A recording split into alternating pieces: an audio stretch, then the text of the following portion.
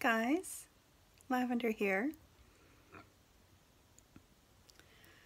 I've been doing a little bit more research on JW's teaching of the Antichrist and Armageddon, all that stuff.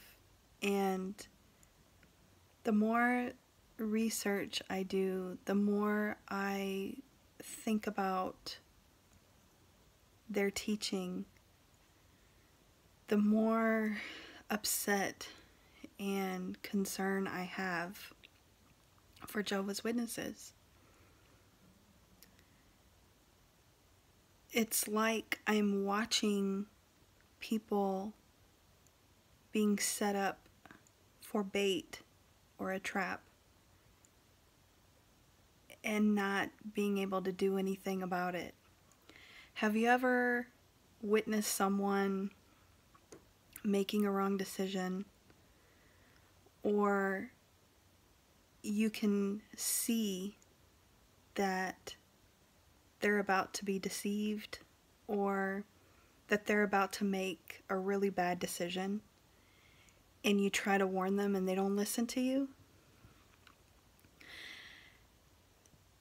I don't know how to explain it in a way to really get across what I'm feeling right now.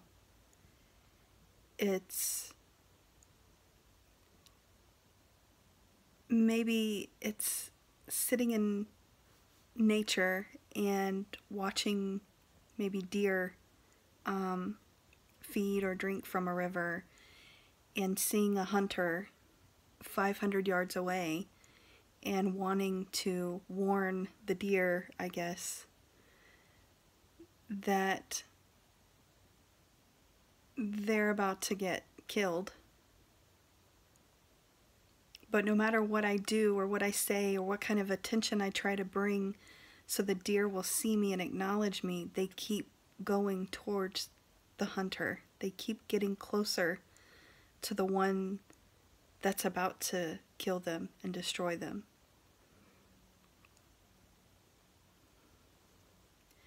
It pains me when I think about the New World Order, when I think about the Antichrist. I remember being in the org and being taught that there was no Antichrist coming. That there's not just, one Antichrist. There were many Antichrists in the world. So I thought that I would look up on their website again to see if that teaching is still the same, if they still teach that there is no one specific Antichrist that's coming. And this is the article that I found. I'm just going to show a brief clip, but it's in the June 2015 Watchtower on jw.org, if you guys want to look it up. And the name of the article in the Watchtower is "Who is the Antichrist?" I believe. What do we learn from those words? John mentioned many antichrists, indicating that the Antichrist is not an individual, but a collective term. People or organizations making up the Antichrist spread lies, deny that Jesus is the Christ or the Messiah, and try to distort the relationship between God and His Son, Jesus Christ. Those who make up the Antichrist claim to be Christ or His representatives, but since they went out from us, they deviated from true Bible teachings. Furthermore, this group was present at the time when John wrote his letter, in the last hour, presumably the end of the time of the apostles. So they're being taught that, one, there's no rapture, and two, there's no Antichrist that's coming at the end. If you've seen my other video about how the org is preparing its rank and file members to receive the Antichrist, this just kind of confirms it for me, because they're teaching that there is no Antichrist that's coming. So they don't teach the rapture. Of course, we know that. In that time of the end, when the Antichrist is revealed, he's going to seem like a peacemaker. He's going to act like he's Israel's friend. And from the studies that I've been reading about, the first 3.5 years of the 7-year period, the Antichrist will be considered a peacemaker and create or try to create this worldwide treaty, this new world order. And since Jehovah's Witnesses are not taught that an Antichrist is coming, what are they going to think when the Antichrist does appear? Not only that, but they teach that Jesus Christ will not be visible on his second coming. Common misconceptions about Christ's coming. Misconception. When the Bible says that people will see Jesus coming on the clouds, it means that Jesus will come visibly. Matthew 24:30. Fact. The Bible often associates clouds with something hidden from view. For example, God told Moses, "I am coming to you in a dark cloud." Exodus 19:9. Moses did not literally see God. Likewise, Christ comes on the clouds in that people perceive his coming even though they cannot literally see him. Misconception. The expression, "every eye will see him," used at Revelation 1:7 when speaking of Christ's coming, is to be understood literally. Fact. The Greek words in the Bible for eye and seeing are sometimes used in the sense of discerning or perceiving rather than referring to literal sight. And they even say in an article online, and I'll try to post the links, but they even say that his presence is perceived with the mind and not with the eyes, that it won't be visible. So they're going to think, when this Antichrist comes, they're going to think and believe that Jesus has come back invisibly, and they're going to receive this Antichrist thinking, believing that this is God's new system, this is God's new government, his new rulership, that is, and now we're going into this 1,000-year reign, and we're going to bring the earth back to perfection. But what's going to happen at the end of that 3.5-year period, and the second 3.5-year period comes? They're going to be so confused. They're not going to know what to do. And it just breaks my heart, because if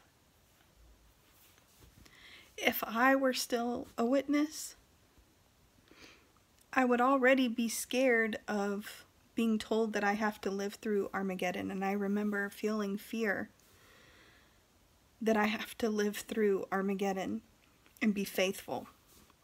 And I don't know if I'm going to be tortured.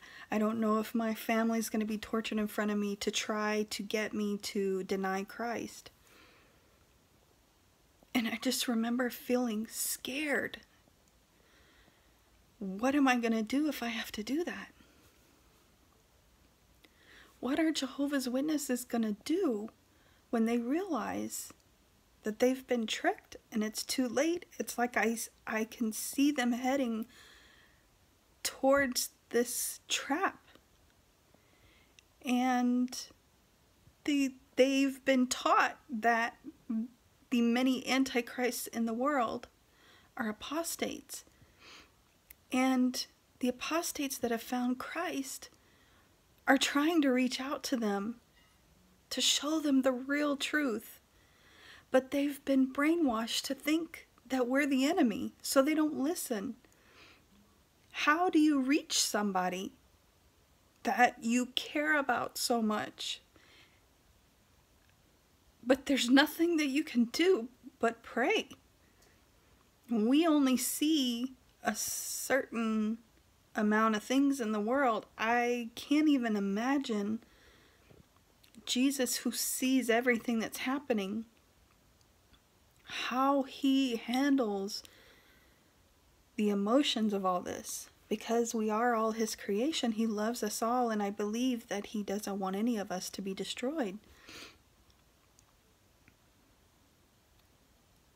But it's their choice.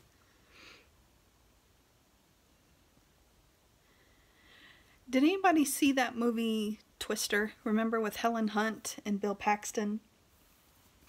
And there's a scene, well, throughout the movie, they have their, kind of enemy who used to work with them, and this guy that went to work for a big news channel as a weather person.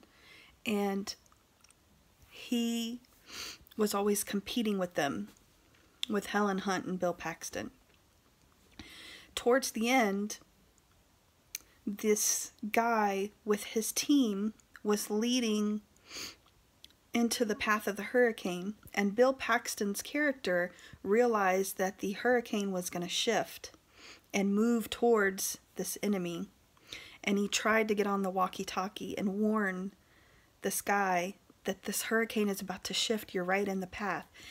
And he didn't listen, and he turned the radio off, and he just kept driving.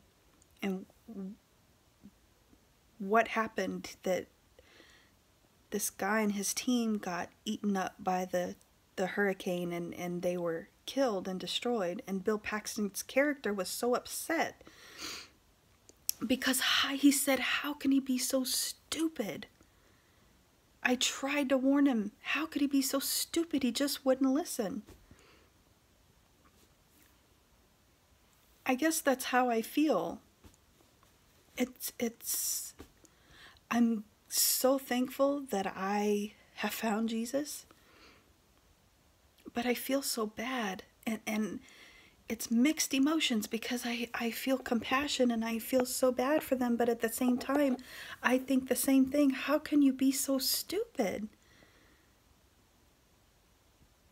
to keep going in the same direction and be so unwilling to think for yourself and really see what you're headed? You're headed towards that hurricane. You're gonna be destroyed. I don't know, you guys, I just thought I would share that. My heart feels a little bit heavy right now, but I just hope that we all can continue to pray for the J-dubs that are still indoctrinated, and just hope that God can open their eyes and their hearts, and so they can be saved. Anyways, you guys have a great Saturday, and I'll be talking to you soon. Bye.